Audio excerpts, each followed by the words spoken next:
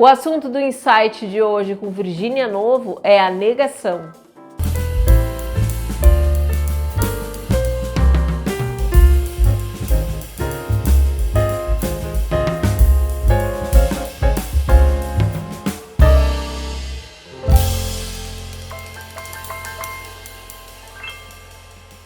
Olá, boa tarde. A gente está começando mais um Insight. Na semana retrasada, semana passada não pude gravar, não deu tempo. Na semana retrasada, o programa foi sobre mentira. Hoje a gente vai falar sobre negação. O que é a negação? Que a gente tanto fala, olha, negação, negação. Eu, por ser psicóloga, posso dizer que a negação é um instrumento de defesa, é um mecanismo de defesa da pessoa. É um dos mecanismos de defesa, segundo a teoria psicanalítica do Freud.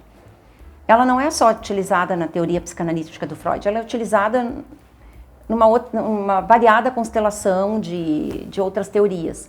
Mas para o Freud, ela é um dos mecanismos de defesa. Com tantos outros, né? São 8 ou 9, se não me engano, e ali engloba sublimação, projeção, aceitação e por aí vai. Cada movimento, cada momento da vida da gente engloba um desses mecanismos, ou alguns, ou todos. Por que a gente se utiliza deles? O que é esta negação? É um subterfúgio do ser humano. É uma maneira dele ter como é que eu posso dizer, um esconderijo, digamos assim, tá? É o esconderijo dele para não lidar com dados de realidade. É muito usado na psicologia, geralmente em fases de luto. Não é à toa que eu estou comentando esse programa, porque a gente está agora em seguida, já também com essa situação de finados, está vindo aí, está chegando. Então, eu também estou fazendo uma alusão a isso. Apesar de não gostar muito dessas situações assim de fim, de término, a gente às vezes tem que encarar como sendo uma possibilidade. A gente está vivendo, faz parte da vida, né, o desencarnar, como diria o espiritismo, né, para ficar mais bonito, não ficar aquela coisa pesada de morte. A gente tem fases na vida e a negação serve muito para o paciente, em especial, ou para a pessoa que pode passar uma negação de não querer terminar um relacionamento, uma negação de não aceitar que não é mais pertencente àquele grupo, de um falecimento, de um luto que ela esteja enfrentando, que ela possa não aceitar. Geralmente um luto, a gente falando especificamente nisso, um luto geralmente ele leva mais ou menos uns 2 anos para ser totalmente absorvido, resolvido e a pessoa poder lidar e engatar uma primeira e levar a vida dela de novo, né, posteriormente a isso. É uma fase difícil, né? O luto ele se torna mais difícil quando mais abruptamente essa pessoa é retirada do meio. Então, que forma a gente poderia dizer isso? Um acidente, a pessoa foi atropelada, a pessoa foi... É uma coisa que a gente não imagina que possa acontecer. Numa idade muito tenra, criança, bebê, sabe? Uma perda de uma gravidez, tudo é uma elaboração de luto. Tudo é difícil. Quando eu falo em negação, eu também estou falando... com pacientes terminais, que eu tive esse convívio muito tempo. Eu não gosto de me citar muito como exemplo, mas eu não poderia deixar de citar como exemplo isso que eu vou passar, né? Porque foi uma vivência minha, foi uma situação que eu convivi e, obviamente, é uma situação que eu tenho que trazer, né? Às vezes a gente não quer se deparar com uma situação assim, tão pesada de negação, né? E, às vezes, tu vai falar com o paciente, por incrível que pareça, o que eu tive de informação e de retorno é que esse paciente, às vezes, ele está mais lúcido que a própria família.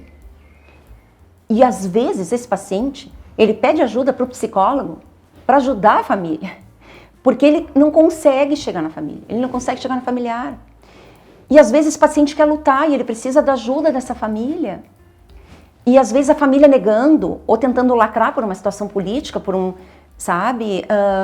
Porque eu tô aparecendo tudo mais, sabendo como é que a pessoa acaba cedendo, abdicando dessa pessoa para, mesmo conhecendo ela, sabendo que aquilo que ela está falando é verdade, mas está lacrando num outro lugar, ela está tendo uma notoriedade num outro lugar.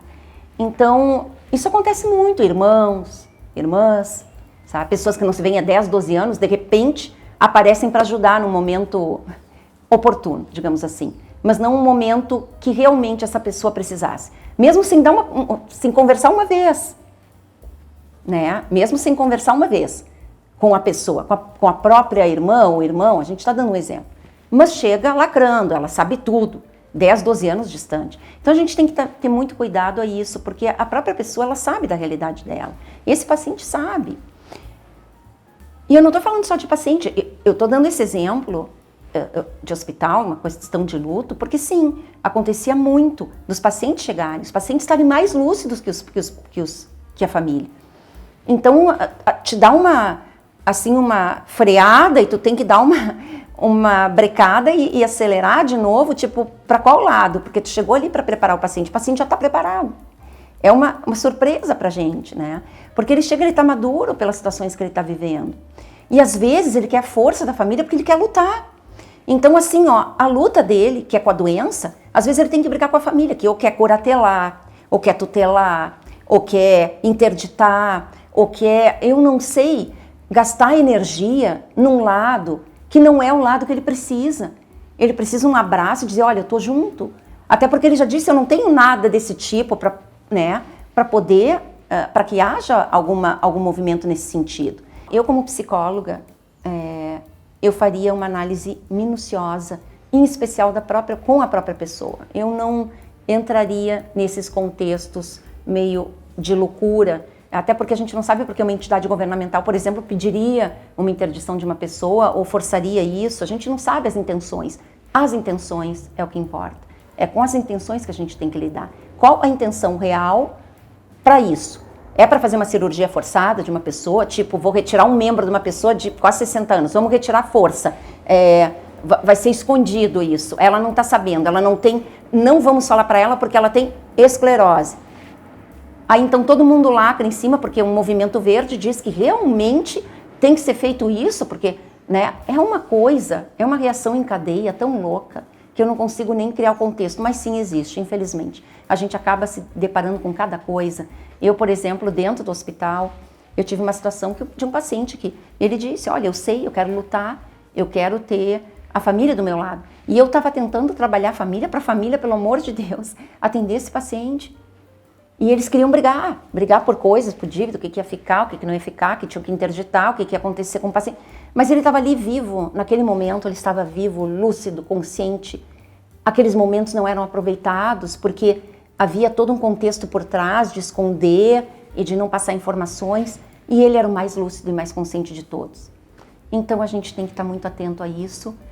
Esses aspectos negacionais nem sempre vêm pelo paciente.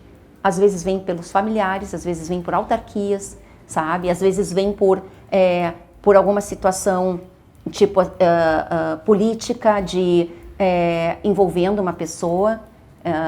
Eu vi não muito tempo atrás, eu vi um episódio muito comentado de uma menina adolescente que foi feita uma pauta, vazou o hospital que ela estaria para fazer um procedimento, né? Vazou o nome dela, vazou o nome do médico e essa menina foi literalmente massacrada.